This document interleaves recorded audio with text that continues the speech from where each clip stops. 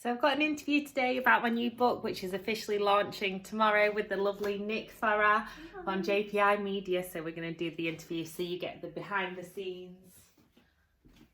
So we better not gossip too much now. We've got our gossip. We've done the gossip out of the way. Do you want me to look at you? If you look to me, that'd be brilliant. You've done this before. So I was so excited to hear that you've done the book. Because even though I've known you for such a long time, I think there's a lot of things about you that people don't know, that they don't realise. So before we start getting into what's inside the book, tell me a little bit about why you wanted to write it. I started writing Eat, Sleep, Control, Repeat. It was basically my journey from a life of self-harm and abuse to finding self-love through self-care.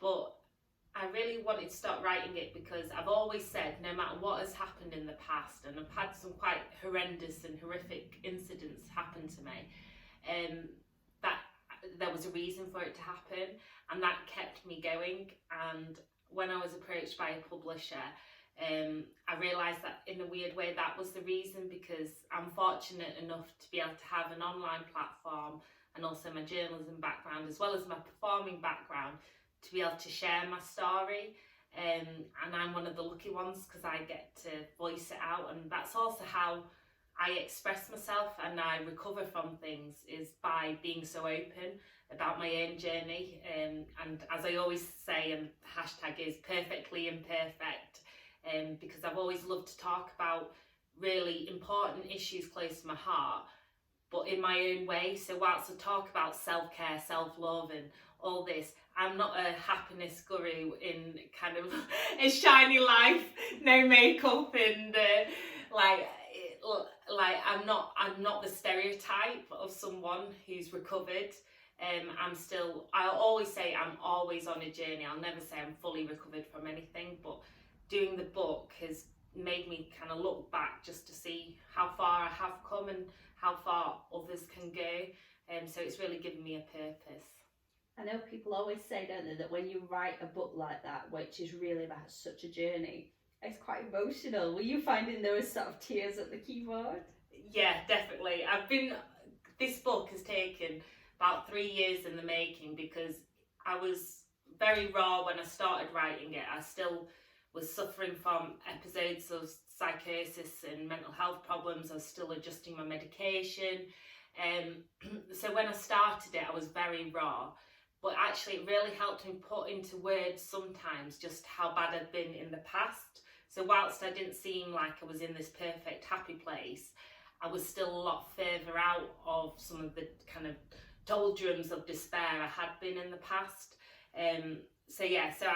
It has been a real kind of like tearjerker for me, but also a weird sense of relief, because when I've finished it, it feels like that is my old former life, and now I've got a new life where I'm not kind of controlled by addictions and eating disorders and self-harm. I'm actually on my next chapter in life, so it's really helped putting it out into words. And it is, I think, as you say, you've got this, this exterior, so glamorous, and people see you, on YouTube and on your social media, you're shimmying, you're sparkling, you're having a great time. And then you hear words like psychosis and addiction and self-harm, which are so dark, and what people would see as the complete opposite. Do you find that a lot, that people are surprised when they kind of hear your real story? Definitely. I think that's one thing that I've always been passionate about, because I always say, like, living a life of smiles, sparkles and shimmies, because that's me. But at the same time, whilst I've been doing that, I've still been suffering in the background, and at many positions, especially in the book, there were times where I was belly dancing on TV, and I was looking like I had this dream life, travelling around the world, belly dancing and doing all the things, and actually hitting a lot of my career goals. But then in the background, I lived a real juxtaposition. I would be home late, I'd be making myself sick, I'd be on the floor, I'd be working till whatever hour in early hours of the morning, making myself sick. I was in this horrid cycle of starving myself all day, then binging at night, or then I had long periods of anorexia instead of bulimia. And my whole life had become a very kind of juxtaposition, and I felt like I lived two different lives. where I'd be this kind of performer on one side and then this absolute mess on the other. And nowadays, I always say like I'm creatively crazy anyway, and I think when you are creative, you're always going to have a tincture of like madness in your head, because that's the beauty of being creative. But it's being able to harness that so it's not abusive towards yourself. And I think a lot of people, like you say, we have such stereotypes about mental health. Even services have said, yeah, well, you're not dressed in black, or you're wearing makeup, or, oh, well, when I was going through a really bad psychotic episode, and I was hearing voices and stuff, I actually had the crisis team who were lovely and meant well, but they said to me, oh, but you're very pretty, as if that was like going to stop me experiencing some psychotic disorder. And the stereotypes don't help anyone, and also the stereotypes of what recovery looks like, I don't think helps anyone, because you can be happy in your own skin, and I'm very much on however people want to present, because I think this is part of the problem I had, is always looking a bit different or being different or doing different things, never fitting in. And it's embracing who you are and not judging others, just allowing people to just be their authentic selves and dress however they want, wear whatever they want, but also understand that we're all complex, and these kind of stigma around what someone with mental illness looks like, or what someone with an abusive past looks like, or what a survivor should be like. I've always struggled because I've never fit in the box. But now I love not fitting in the box. I'm so out of the box. Which is, I think, one of my favourite things, because on social media, that's a big part of what you promote is, you know, it's not about trying to make yourself be something that other people think is right. It's just about being you, and if people like it, great. Do you, obviously, on social media, first of all, do you get a good response to that? I know you have supporters, and I know you have some people who don't take it as well. And does it sting when you read comments from people who don't get it? It used to sting being online, because I was basically saying belly dancing got me into journalism, but I've always kept on belly dancing. And when I was in a really bad period of mental illness, that's when I started the blogging and vlogging online. And initially, I got a lot of great feedback. People were saying it's great to see someone so raw, but also different. You know, I'd become a young mum. I wasn't the mumsy type, whatever that is. And people really were attracted to the fact that was so raw. But then obviously, as I've kind of grown my following online, and you begin to accept that, you know, like my YouTube's just got to 21 million views, that I'm gonna get hate.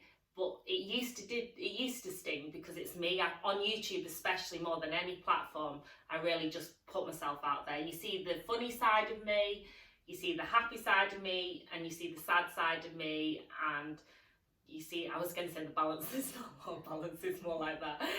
But you see all sides of me on there. And so I do get a lot of different reactions. But what I've found is by having a really close network of cheerleaders, I call them, in your real world, who know you inside out and love you no matter what, that sees you through. So if I were to read comments in one day alone, I'm too skinny, too fat, too ugly, think I'm all that, I'm too muscly, do you know, you have to take all the good and all the bad with a pinch of salt. And it gets you sometimes, when, especially when you're live streaming and you're like, God, I was having a bad day anyway, and now you've just told me about that. But most of all, I can kind of just accept, unfortunately, that that's just the online world, and that actually most trolls, it's like bullying.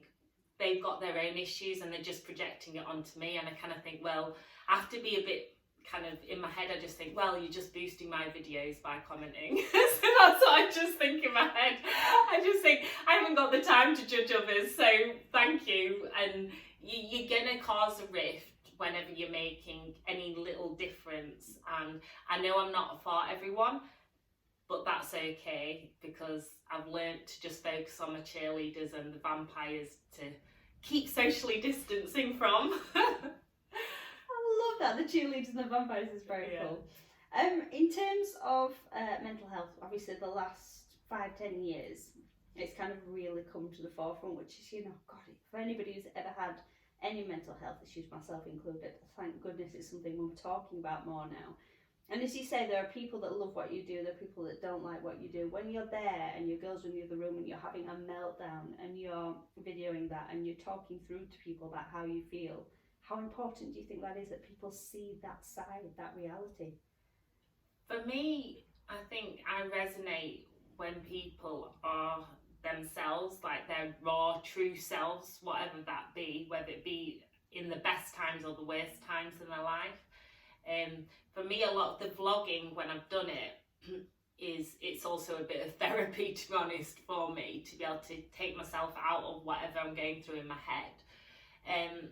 But at the same time, I do see it as a bit of my calling, and my purpose is to speak out and to be an ambassador that does not look like the norm mental health campaigner or whatever. I'm not perfect at all, but I think there's other people like me, and the more I speak out, the more other people who resonate with me come out, and they're the ones that keep me going, the ones that are the other misfits or the ones that have been judged, whether it be wearing too much makeup or for your ethnicity. I've had it all, every awful thing possible and kind of shallow thing possible, but I'm there for them, and they're the ones that keep me going.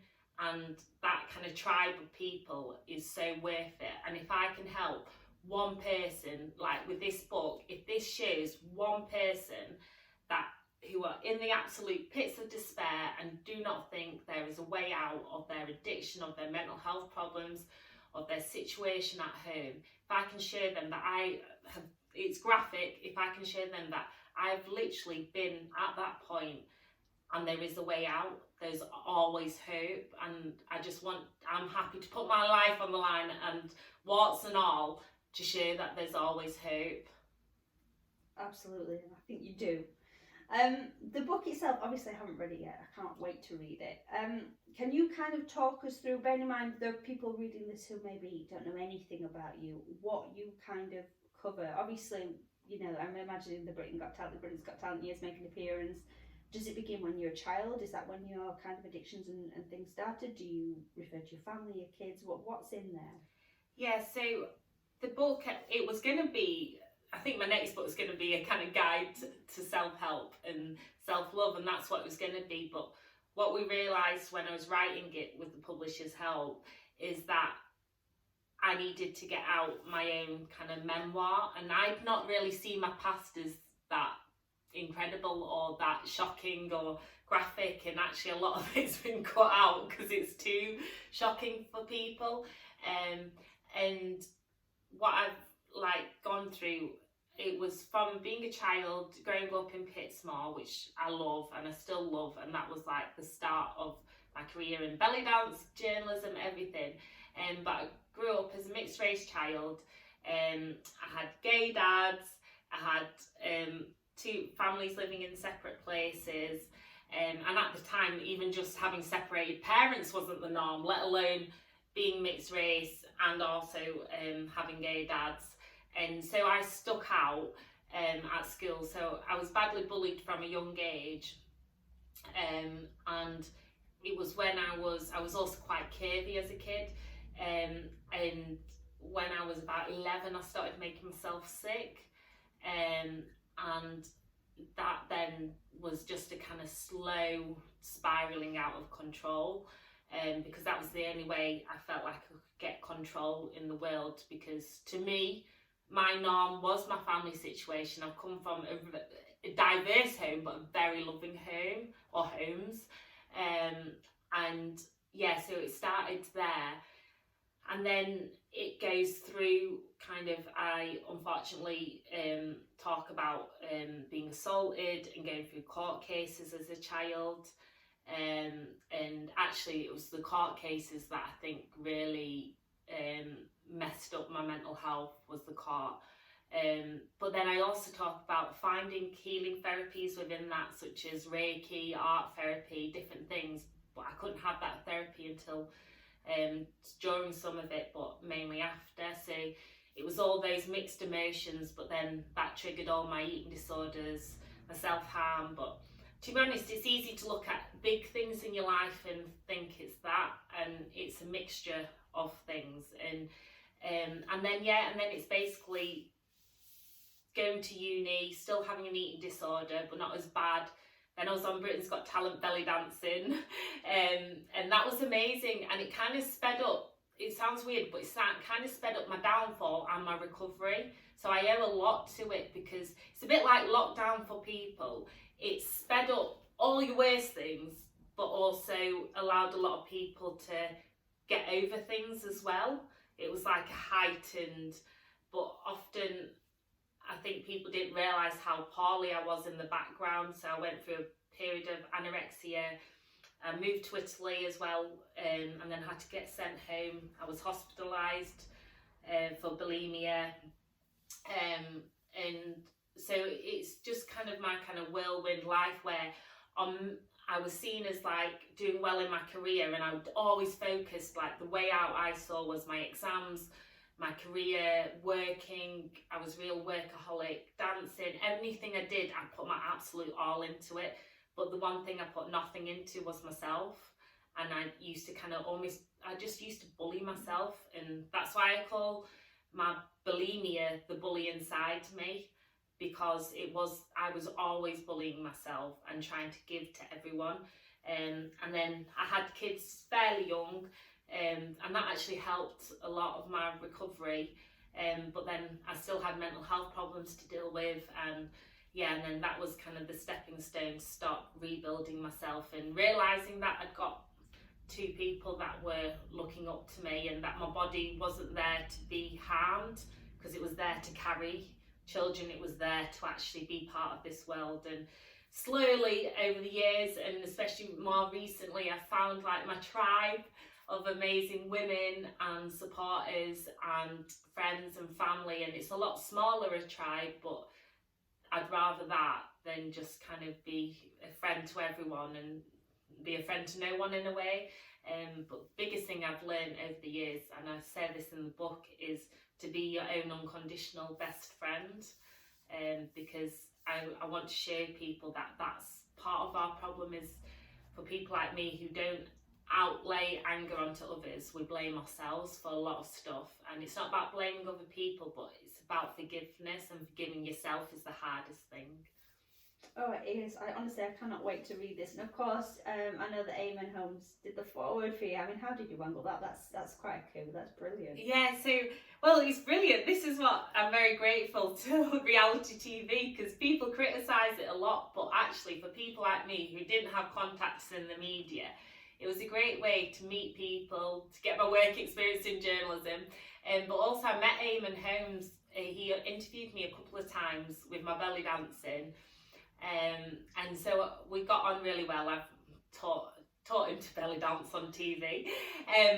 But then our paths crossed again, because I obviously started doing the vlogging about mental health and anxiety, and having an anxiety attack. And one of my videos went viral, and I was back on This Morning sofa, and we just connected again, because he was quite open on the sofa on TV as well. About his own issues in the past, and then I just got in touch with him, just thinking, I hope he'll read it and say something. I was really scared though, because you kind of, again, he'd seen me mainly as this belly dancer, happy-go-lucky.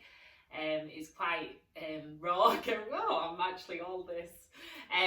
But he was really receptive to it, and it's really helped by writing the foreword for me, and just being really supportive. So I'm like really grateful, and it means something. Do you know, at the moment everyone's so busy, and somebody who's so super busy and successful, to take time out for me, I just really, really appreciate it. And in my head I just think, I'm just a little belly dancer from Pitsmore,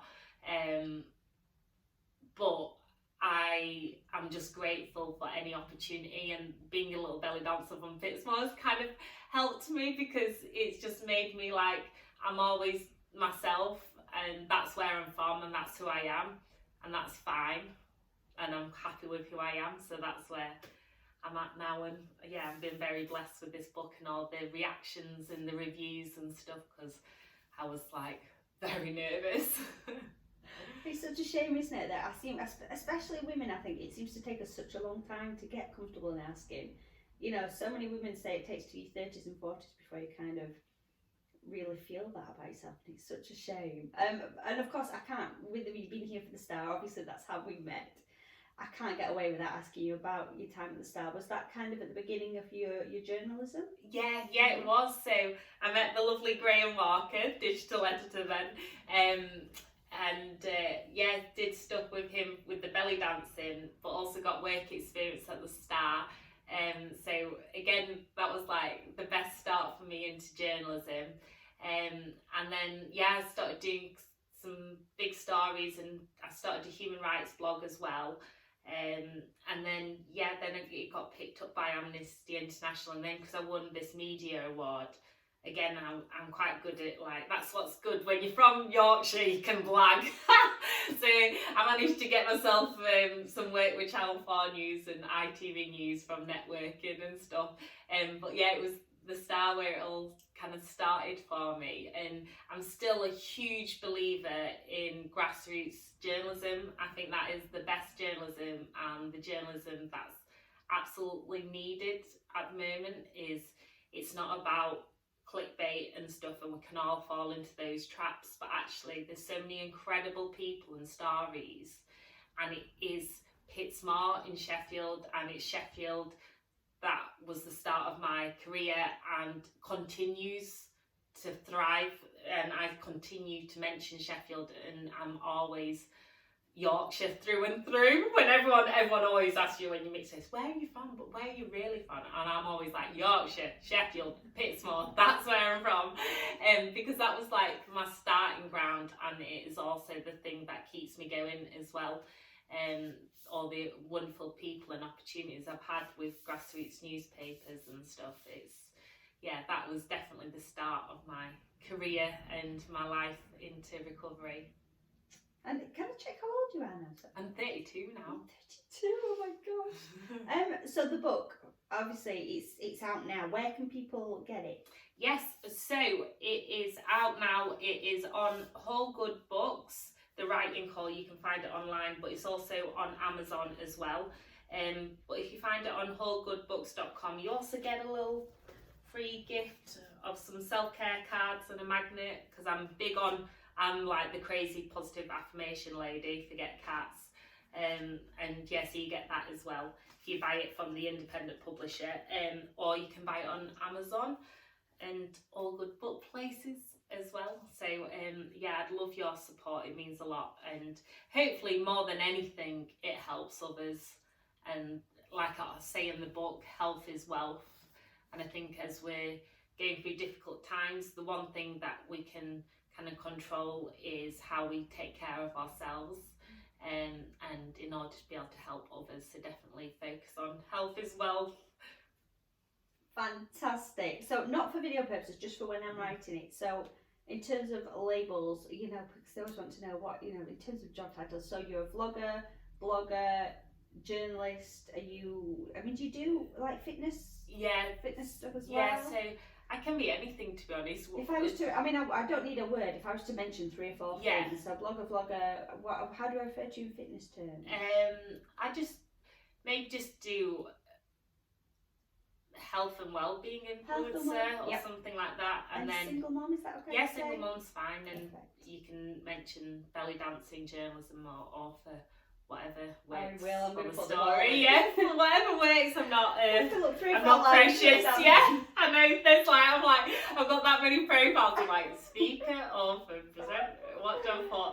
And then influencer makes me cringe as well, because you feel like it's a bit like entrepreneur, where it does. It's one of those it means something, so it helps. But you like saying it yourself. You're like, oh. I get that. Thank you so much. That's wonderful.